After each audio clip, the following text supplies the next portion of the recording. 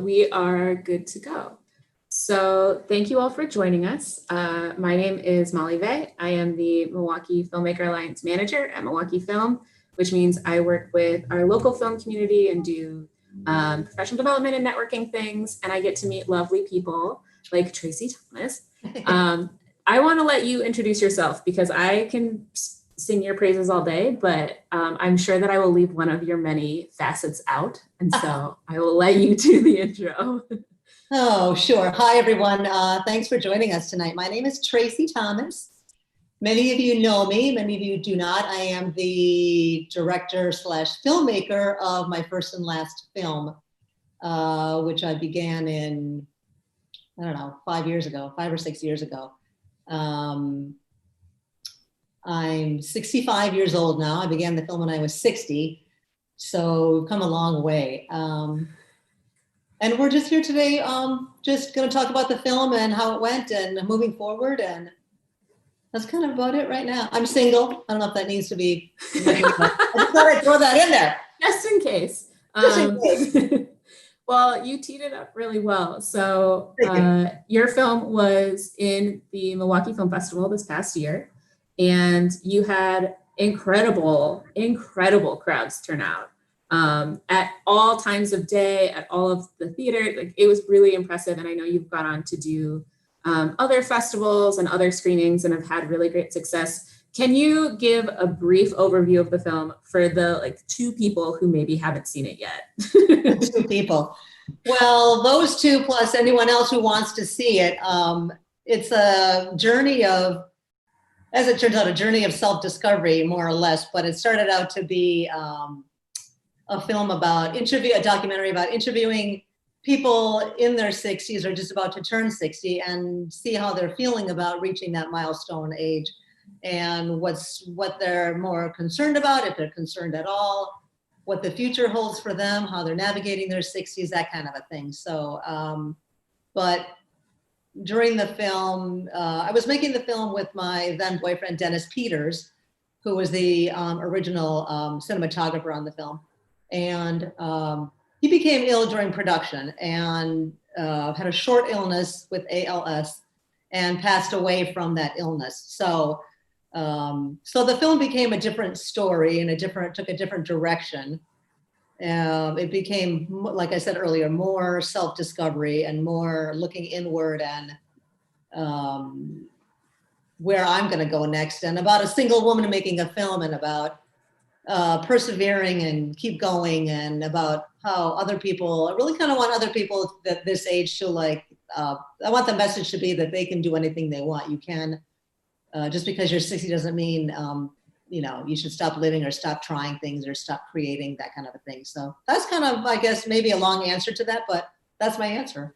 No, I loved that. It also tees up, I think that the title of your film feels really important in that idea of you can do whatever you want, even if you're 60, there's so much life left. Can you talk about coming to the title being My First and Last Film and what that has meant for you during production and also now, what that means? Okay, yes. The original title of the film was called The 60 Project for obvious reasons. And as we moved forward in the production, we wanted to change it for a couple of reasons, because there were some other projects, because I waited 2 years after Dennis passed away till I resumed production again. A lot had changed, and there's other projects now out on the market with similar titles. So we had to scratch that. And we're trying to come up with, a replacement title. And my producer and editor Carol Brand and producer Kristen Peterson, we would have weekly meetings, or every couple of weeks, and talk about things. And one day we went into a meeting, and I hope I have this correct. We had been making lists about what the title should be, blah blah blah, and nothing was sticking. And went into a meeting one day, and Carol came up with, we're watching an edit, and I said, My First and Last Film, and Chris and I looked at each other we look at Carol, it's like, kind of like that. I think because of my ambivalence about even making the film and continuing with the film, I'm not a filmmaker by nature. It's not my passion. It seemed to kind of fit. It didn't seem like, I don't think so. It seemed like it it seemed like that was a good way for the title, for it to be titled. Yeah. Yeah. Is it actually your last film? I think it still is.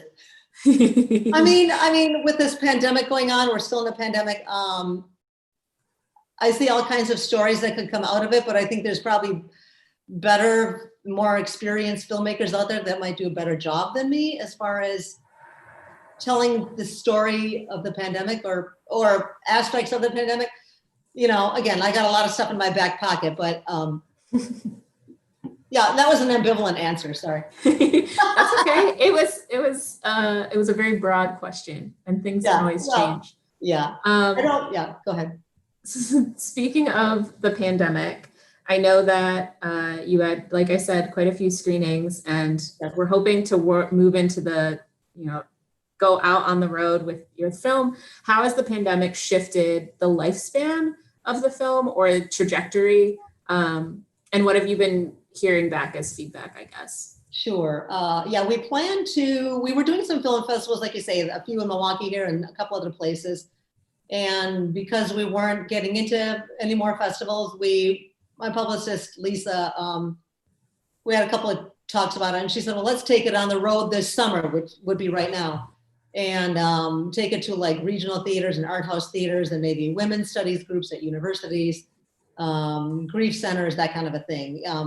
Any place that might seem like a good fit. Sure. And of course the pandemic hit, so we had to put that on hold, sadly. And then after a while, we thought we would try the virtual route, which is what we're doing now, virtual screenings, which a lot of theaters are doing all across the country. Yeah. And so we thought that would be a good way for many, many people to see it in a really short amount of time. So that's happening right now. We've got like 8 or 9 theaters lined up virtually, some in California and Seattle and Florida and Arizona, which good portion of the film took place in, was shot in, and here in Milwaukee, of course. And it's too soon to tell how that's going, but because we only just began it, but we have high hopes for that. And I think more theaters are getting on board. So we keep reaching out to more, and a lot of theaters are saying they're interested. So any theaters out there want to screen this film, let us know. So that's, I think, kind of exciting. The first day it screened in Milwaukee Film, like opening day, if you will, it was a very emotional day for me for some reason. It just seemed like it was like another awesome milestone moment. Like, this is actually really happening. We didn't stop the film. We kept going. We tried in a different way, like a lot of other, not just the film industry, but many other industries affected by the pandemic. You got to keep going and keep spreading the word, and hopefully people will see it. And so we're hopeful that it will have some good success with people seeing it and keeping the conversation going about this aging thing. So yeah. Well, I think it's an important conversation right now, and it's maybe I hate this phrase. I have heard it a lot recently, but the pandemic is maybe a blessing in disguise in many ways for certain stories being able to be seen that maybe are for audiences that are not always thought about in mainstream media, and that it can reach the audiences and the people and really make an impact that way. So that's always the hope. Agree. I agree. There's a lot of people that are homebound and cannot go out. So, and maybe a lot of people just didn't go to the movies to begin with. So this is a good way for people to, I think I'll watch this movie, watch that. I mean, Netflix and all kinds of streaming services and other, like I say, virtual theaters. There's so many options now to see a film. So we're kind of happy about that. So I think, the pandemic, blessing in disguise, for sure. I think everybody knows what we mean by that. We're certainly not trying to minimize anything terrible going on, but I think everybody gets it. It's a chance for, like I said, to everybody be creative on many, many levels. And this is just one way. So yeah, definitely. Yeah. We have our first question yay. From our lovely audience, which reminds me to remind all of you that if any of you are interested, please feel free to drop a question to Tracey. I have some stockpiled, but I would much rather hear from you all. So Tracey, when working on a project like this, when did you know you were finished? It's a great question. It is a great question. And I'm sure all filmmakers hate that question as much as I do. How do you know? I mean, Dennis would say the same thing. I mean, I don't think you could work on a film forever, right? I mean, because there's so many, especially with a documentary, there could be more info and more facts, and I could do more interviews. And I think, but for my film, I feel like I think we felt like we had a pretty good product and a pretty good film. And a second reason, I feel like I just needed to be done because it was such a challenge making this film, having to relive some, not so great moments and a lot of looking inward. So I think I was done looking inward for a while. while I don't mind looking inward, because I think for me, that's how I grow and learn. But I think we needed to be done on those two levels. Yeah, that's a great question. Thank you, person, whoever that was. I love it. I love it. Keep them coming. On that note, would you do it again? Would I make a film again? Yeah. I guess I mean, you asked earlier, is this my last film? And I don't know. No, would you make this film again? Like, I know that this was an emotional journey, I think, from the start to even now, right? Seeing it out, living in the world and what that looks like, and on a lot of different levels, being both director and subject. I wonder just if you would do it again. That's a really great question. I don't know that I would do this specific film again. It was too hard in a lot of spots. Going back to Arizona, filming that, I'm not sure I'm answering your question correctly, but. There's no correct. Okay. Going back to Arizona to shoot some footage there. That's where Dennis and I met in Phoenix, Arizona. And that was just a brutal shoot. I think I told this story well. I think I learned a lot from this story, so I don't think I need to make this story again. I just thought of that. Yeah, I think I'm done with that story. I'm done with Arizona. I'm done with, again, moving forward. Yeah. Is there anything either about filmmaking in general, or it could be also a personal note, whichever you prefer, that you learned that really surprised you while making this? I think I learned, I had a business with my ex-husband, and we collaborated on that. And I hadn't really collaborated with anybody for quite some time. So I relearned how to collaborate and to go with the flow and not hurry things along. And really, I learned to respect the process of filmmaking, which I had no prior knowledge of, other than the little bit I worked with Dennis and just being a film goer. I really didn't know anything about filmmaking. And just so everybody knows, it's not as glamorous as you think it is. You know that, right? I mean, it's challenging. It's hard work, and it's long hours, and it's having to dig deep. So what was the question?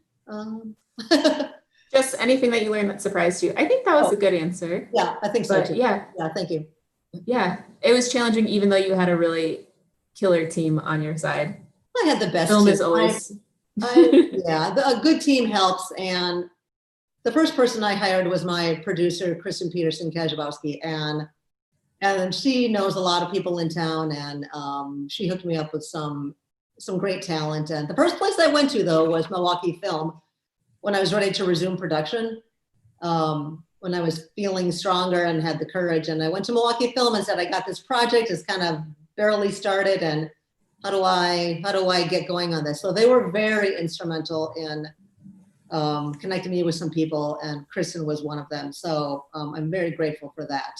So yes, my great team. I couldn't have asked for a better team. And some people worked on it for only one shoot and one day's footage, and some people worked on the whole film, and it was like, how does that happen that I got so lucky? And I must say, all female crew, which is what I really wanted to do. So that was, other than Dennis, it was an all female crew, which was, I don't know if that was part of the success of how well we all work together. I'm going to say yes, because women are cool. Nothing against men. It's just these women were. I love it. Amazing. I love it. Just rock it. Yeah, for sure. So somebody asked again if you really will never make another film, and I might pivot that question for them and ask you what is next, if you know, if you don't know. I don't think I'm going to make another film, but never say never. And someone said to me that Kathy Greer, who composed the score of the film, she said, maybe you should say my first and last film. I forgot what she said. Maybe this is your first and last film that's a documentary. Or she just would add all this stuff to it, like about this or that, or this or that. For now. For now, yeah. Maybe. She'll probably call in and tell me what she said.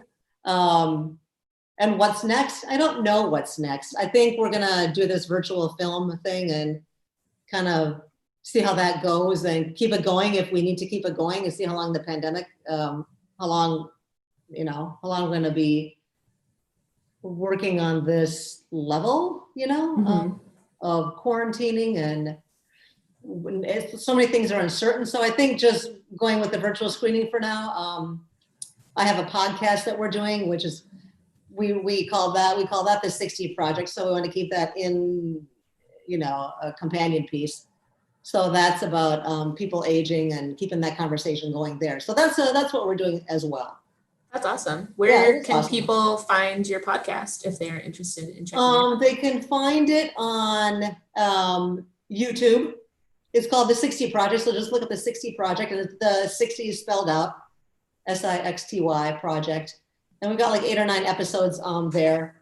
So they can find it there. On our Facebook page, we posted my first and last film hyphen documentary. My first and last film.net is our website where you can sign up for a newsletter, and all the details about the podcast and the film are on the website. So yeah, check it out. Awesome. Yeah, the podcast is fun. Nice. Yeah, thank you. I love it. Yeah. You are getting some really lovely shout outs in the comments. Oh, so let's hear Film it. Girl Film Festival is giving you a lovely shout out, and Mary Chewy is talking about how lovely you are.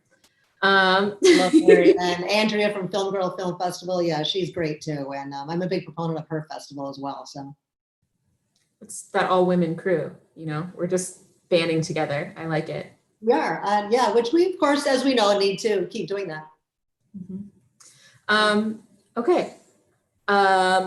There's also a question now, which pivots well with your podcast, I think, along the lines, it's from Andrea asking, what do you think is the biggest misconception people have about life at 60 and after? It's a good question. That's from Andrea. Mm-hmm. Great question. The biggest misconception about turning 60? Yeah. Or just life at 60, being 60 or older. I think I can speak for when I turned 60, I was pretty uncomfortable with it.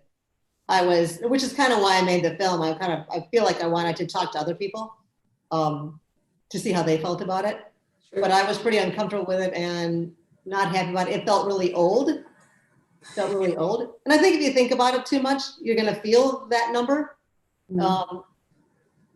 So I think that might be the biggest misconception is it's not as bad as you think it's going to be. You just have to, I don't know, take it in stride. Not always easy to do, but it kind of comes with the territory. Yeah, I don't know. Just don't worry about it. Yeah. I love it. Well, I think for my last question, at least, is that I feel like every time I interact with you, for anybody watching, we were joking about the fact that Tracey and I have had many conversations, but we've never done an interview together. Right. But you always have this very radiant energy. I just find it like a very contagious energy to be around. And so I am wondering how you rejuvenate yourself. I think especially what that process looks like after going through such an emotional art project, film project, living in this day and age where there are so many things going on, figuring out what comes next, et cetera. Like, what is it that brings you joy and energy and helps you get through your days? And what are you excited about? Boy, that's a loaded, that's a loaded. Maybe that's just me asking you, what can I do? Yeah, well, thank you. Well, number one, thank you for the compliment. I appreciate that. I'm not always, especially lately with this pandemic thing, and I do have my moments, as I'm sure many people out there can relate to. I have my days where it's like, there's no motivation, there's no, because I think, again, a lot of people probably will relate to this. I feel like there's no purpose. When I was making the film, I had a purpose. When my mom was alive and I was taking care of her, that was a purpose. And my volunteer work has slid off because I don't feel comfortable going back yet, which is just my own thing. And so I don't feel like there's really a purpose. And now that we're taking the virtual screening stuff and the podcast, there's a little bit of purpose that's back, but it's not always easy. I had a little self-talk with myself the other day. I was kind of feeling sorry for myself for a couple of weeks, which I don't know why I should. You kind of go down sometimes, you spiral down. And it happens to the best of us. Right. And you feel lost, especially now, you feel lost and like, especially at my age, it's like when you're in your 60s and 70s, and it's like, as Dennis said, there's more past than future. But now with the pandemic, my future sometimes looks a little, I don't know what that's going to look like. And I have less time than some of you younger people perhaps have.